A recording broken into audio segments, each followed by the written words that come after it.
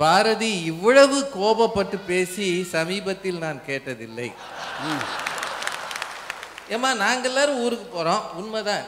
சிவகுமார் போறாரு, நாங்களும் கிளம்புறோம். விசா முடிகிற வரைக்கும் தான் இங்க இருக்க முடியும். அது எதுக்கு உங்களுக்கு இவ்வளவு வருத்தம்? அங்கே இருக்கிறவன் ஒட்டகம் மேய்க்கிறானே. நம்ம ஊர்ல இப்ப கவர்மெண்ட் என்ன சொல்லி இருக்கு?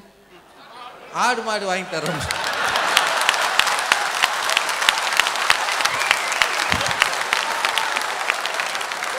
அந்த ஊர்ல எது கிடைக்குது அதைத்தானே மேய்க்க முடியும். இப்ப நீங்க என்ன செய்யணும்ன்றீங்க? அவன் வரும்போதே ஆடு மாடுக்கு விசா வாங்கி கொண்டு வரணும்ன்றீங்களா? எப்படிமா உங்களுக்கு புதுசு புதுசா ஐடியா வருது?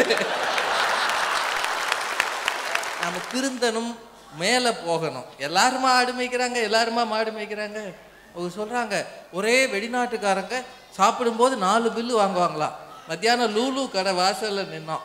5-6 பசங்க இந்த வெள்ளிக்கிழமை 8 மணி நேரத்துல வந்து நின்னவங்க எங்களெல்லாம் பார்த்து, ஐயா வாங்க ஐயா, நாங்க சாப்பாடு வாங்கி தரோம் ஐயா, எங்க கையால சாப்பிடுங்க சொன்னாங்களா இல்லையா?